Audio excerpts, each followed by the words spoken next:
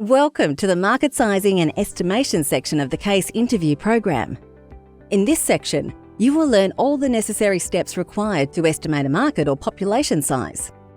So what actually is a market sizing question? Market sizing questions ask you to estimate the size of a particular population or market. Market size is most commonly defined as the total amount of sales of a product or service in 1 year. Market size could also be identified as the number of units of a product or service sold in 1 year, or the total number of customers that would buy the product or service. Market sizing questions are asked in the context of a particular geography. You may be asked to find the global market size of a particular product, or just the market size of the product in a particular country or city. Estimation questions can be used in two different scenarios. 1. On their own as a singular problem. These types of problems are common in final round interviews with partners of a firm. 2. The second scenario is within a case interview. This is the more common situation in which you will be given an estimation problem. However, in both scenarios, you should follow the same approach. There are two effective methods to solving an estimation problem. These are using a top-down approach or a bottom-up approach. Both are equally effective, and it is up to you to determine which version is most appropriate for the problem. The top-down approach is the most common, and in our opinion, the most effective approach you can use. This approach estimates a market size by starting with a total population size or group and then breaking it down. This is best explained through an example. For this example, we are going to use the soap bar market. Our task is to estimate the annual size of the soap bar market within the US. Our first step is to define the population size from which we will estimate the market size of the soap bar market. The second step would then be to estimate the total percentage of people within the USA who use soap. Once we have defined this figure, we will then estimate what percentage of those people use soap bars. These three steps will lead us to the estimated market size of people who purchase bars of soap in the USA. Our next steps would be to estimate how many soap bars someone who purchases bars of soap would purchase in a given year. We would then need to estimate the average price of a single soap bar within the USA. Once we have estimated these two areas, we will have 1. The total number of people within the USA who buy soap bars, and 2. The average amount people spend on soap bars per year in the USA. If we then multiply these figures together, we will come out to our estimate of the total consumption. This is an example of how a top-down estimate would be calculated. The second market sizing method is the bottom-up approach. This approach is the opposite of a top-down approach, as it starts with a single person and then works up to the total population. If we are to use the same example again, a bottom-down approach would be estimated like this. 1. Estimate the number of soap bars that a single person in the USA consumes per year. 2. Estimate the average price of a soap bar in the USA. 3. Multiply these figures to estimate the annual per person spend on soap bars. 4. Estimate the total number of people within the USA who use soap bars. 5. Multiply the total number of people within the USA who buy soap bars by the average annual per person spend on soap bars within the USA. This will lead you to an estimated total market size of soap bars within the USA. Now you understand what an estimation problem is and what the two main methods to solve them are. Let's break down the steps you should follow to solve these types of problems. Step 1 is to clarify the scope of the problem. Before you try to estimate any part of an estimation problem, you should ensure you understand 3 key areas. 1. The metrics or units you are estimating with. For example, are you estimating in dollar figures or units? 2. The region, population, or group you are estimating. 3.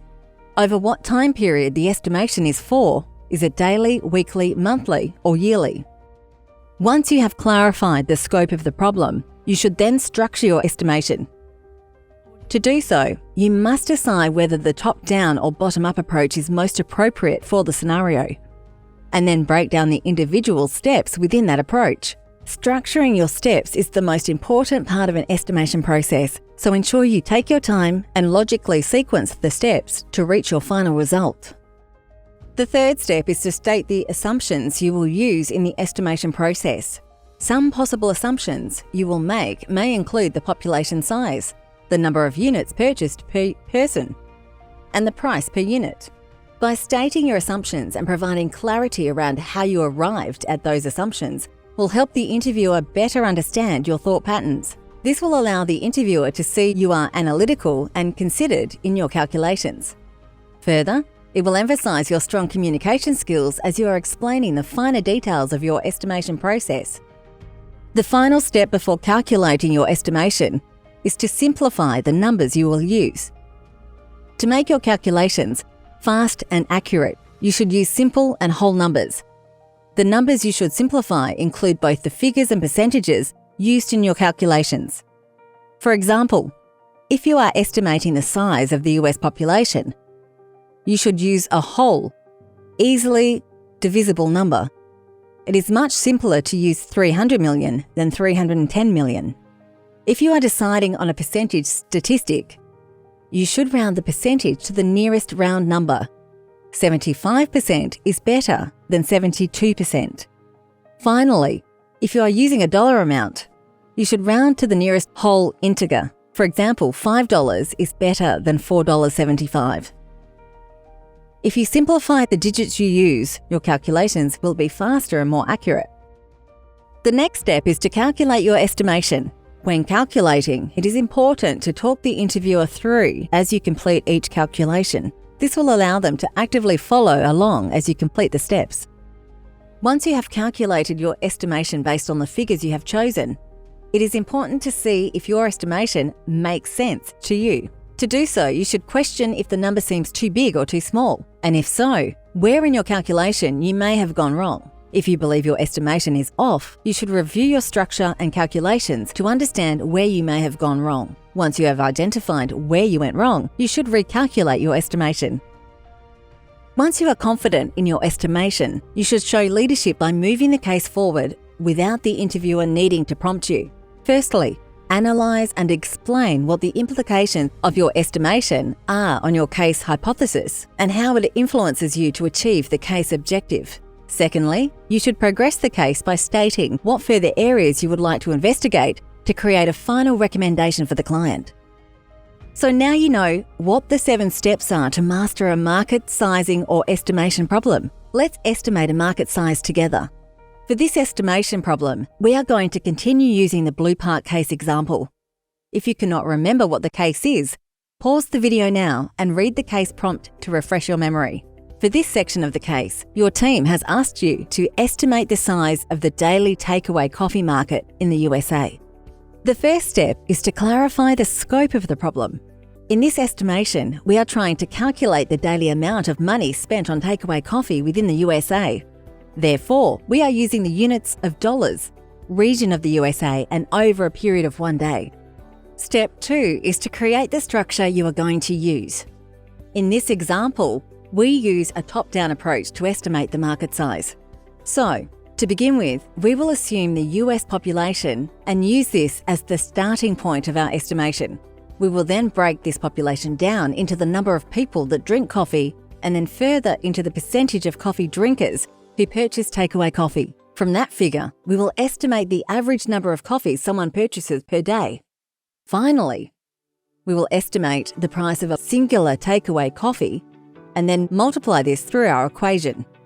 This will lead us to our estimated market size of daily takeaway coffee in the USA.